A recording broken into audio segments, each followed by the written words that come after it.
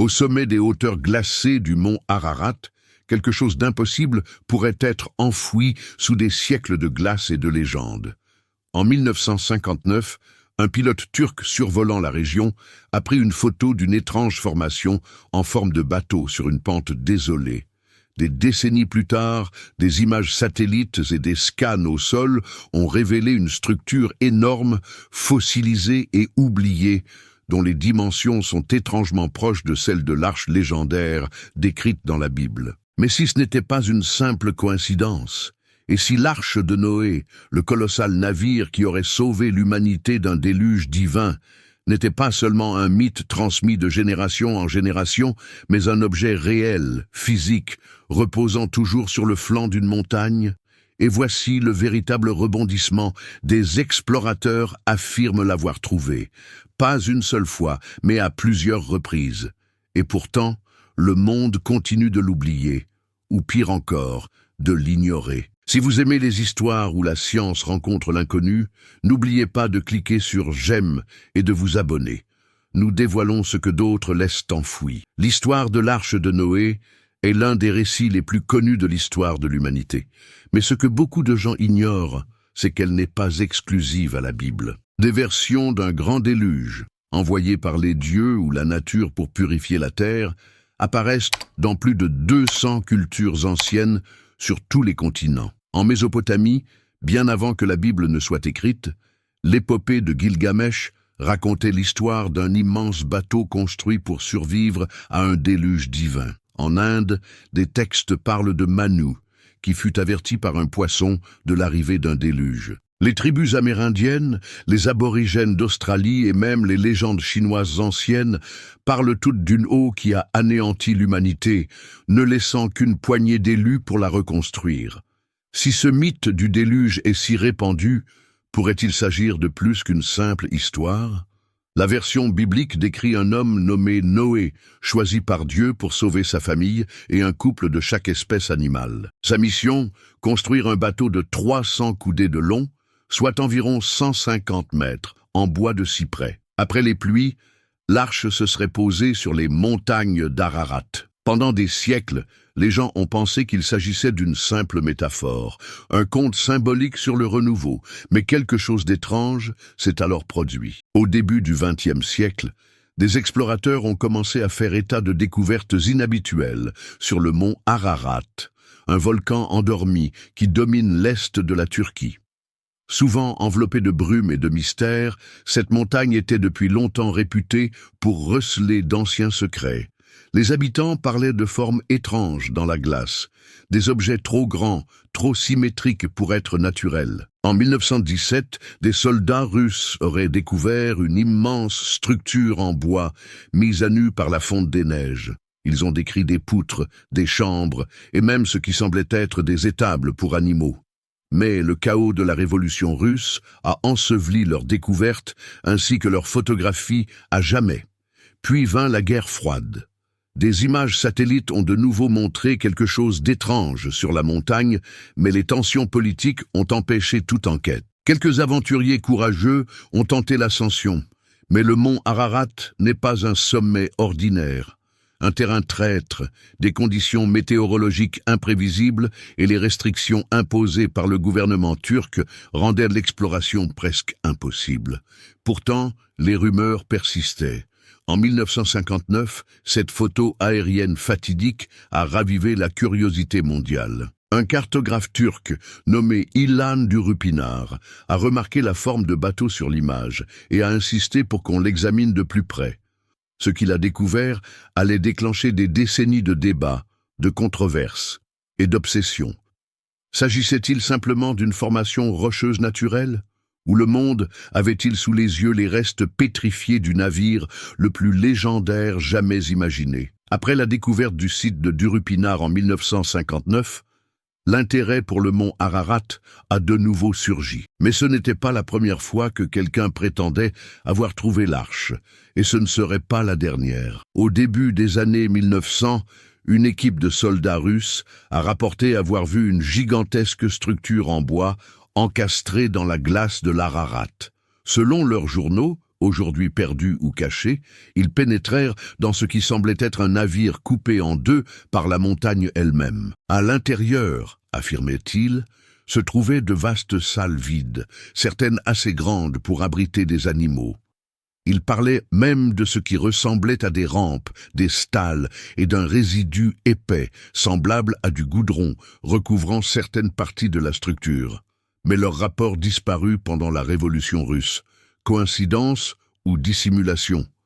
Des décennies plus tard, dans les années 1980, l'explorateur américain Ron Wyatt s'est rendu sur le site de Durupinar. Il avait avec lui des détecteurs de métaux, un radar à pénétration de sol et la conviction inébranlable qu'il s'agissait de la véritable arche. Ce qu'il a découvert a choqué même les sceptiques, des traces de poutres métalliques enfouies, correspondant à la structure d'un navire, et des échantillons de sol contenant de fortes concentrations de bois fossilisé. Selon Wyatt, il ne s'agissait pas d'une simple formation rocheuse, c'était un navire gigantesque. Il affirmait même avoir trouvé à proximité de grandes pierres d'ancrage pesant plusieurs tonnes chacune, percées de trous à leur sommet. Certains pensent qu'elles servaient à stabiliser l'arche pendant la tempête. D'autres les ont rejetées comme de vieilles pierres tombales ou des reliques païennes. Mais ce n'était pas tout. Ces dernières années, la technologie a permis d'approfondir les recherches. À l'aide d'un radar à pénétration de sol et d'une imagerie 3D, les chercheurs ont cartographié ce qui semble être une structure rectangulaire massive sous la surface du site de Durupinar. Ses dimensions, environ 156 mètres de long, presque identiques à la description biblique de l'arche.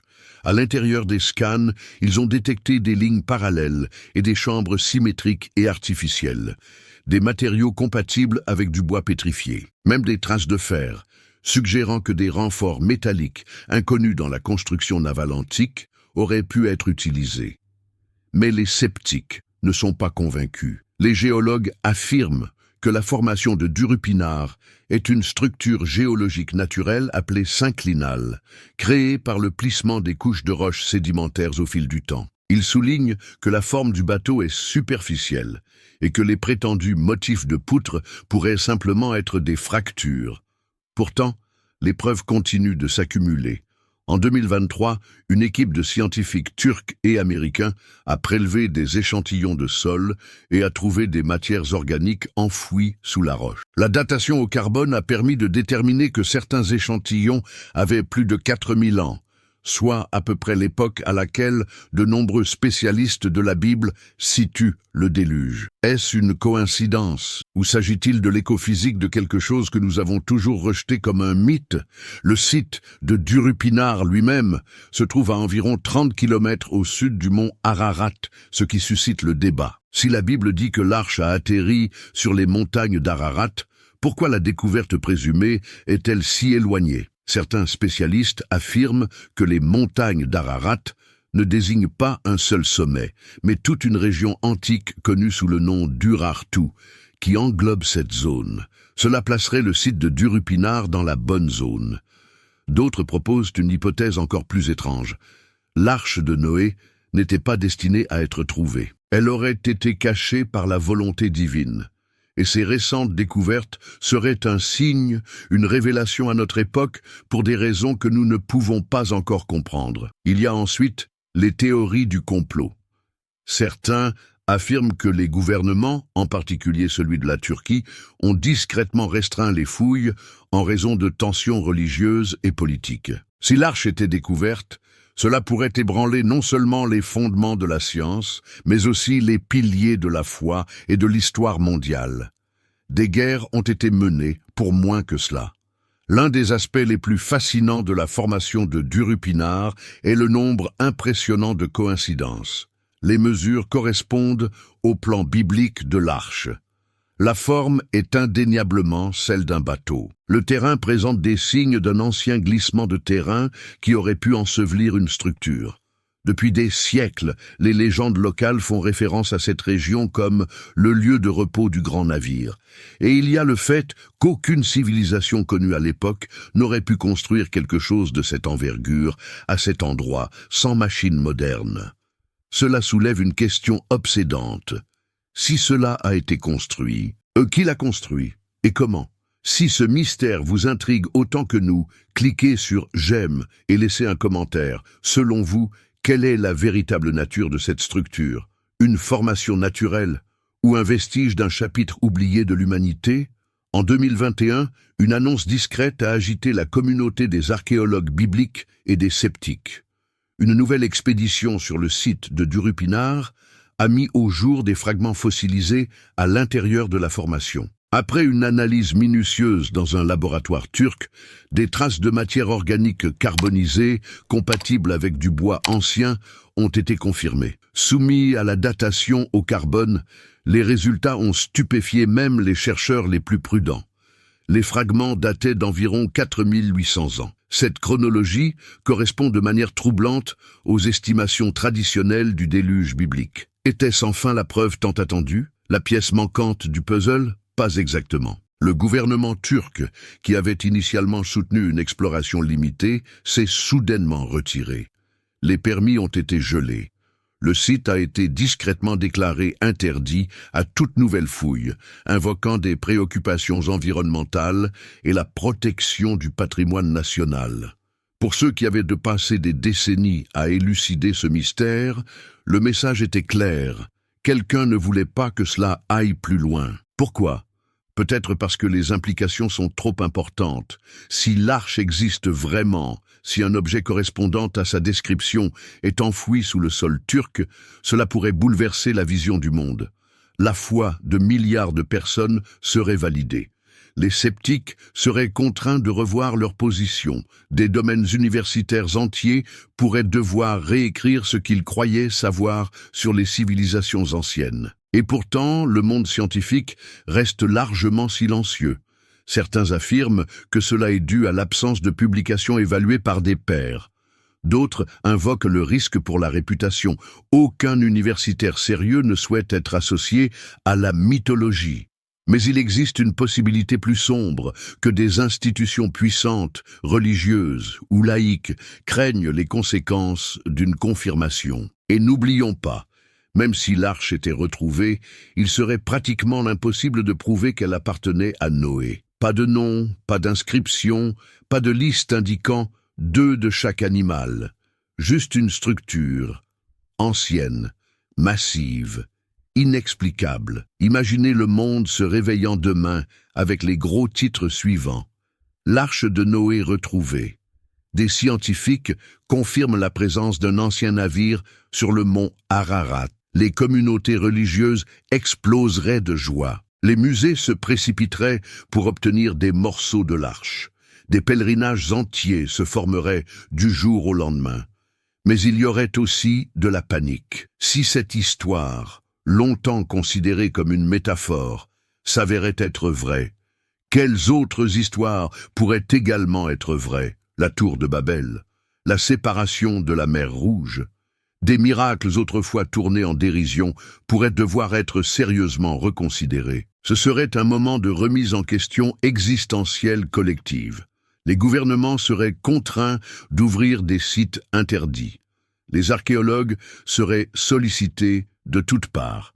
La foi, la science et la politique s'affronteraient comme jamais auparavant. Et surtout, la question résonnerait plus fort que jamais. Qu'avons-nous pris d'autres pour des mythes? Nous revenons donc à la question qui a tout déclenché. Et si l'arche de Noé n'avait jamais été qu'une simple histoire? Pendant des siècles, elle a été considérée comme une métaphore, un conte sur l'obéissance, le salut et le jugement divin. Mais sur une colline isolée de l'est de la Turquie se cache peut-être quelque chose d'ancien, de colossal et d'effroyablement réel. Quelque chose qui a survécu alors que le reste du monde était englouti. Le site de Durupinar n'est peut-être rien de plus qu'une formation rocheuse fascinante. Ou peut-être s'agit-il de la découverte archéologique la plus importante de l'histoire de l'humanité. La vérité, c'est que nous ne savons pas. Pas encore, mais c'est peut-être là que réside toute la puissance de cette histoire, non pas dans la certitude, mais dans la curiosité. L'envie de continuer à creuser, à se poser des questions, à se demander si les mythes ne sont pas simplement des pans d'histoire qui attendent d'être redécouverts. Et si une arche peut émerger de la boue, qu'y a-t-il d'autre qui pourrait bien se trouver là, enfoui sous nos pieds? Si ce voyage vous a fait réfléchir à la frontière entre légende et réalité, cliquez sur « S'abonner » et dites-nous ce qui vous a le plus impressionné. En attendant le prochain mystère, restez curieux.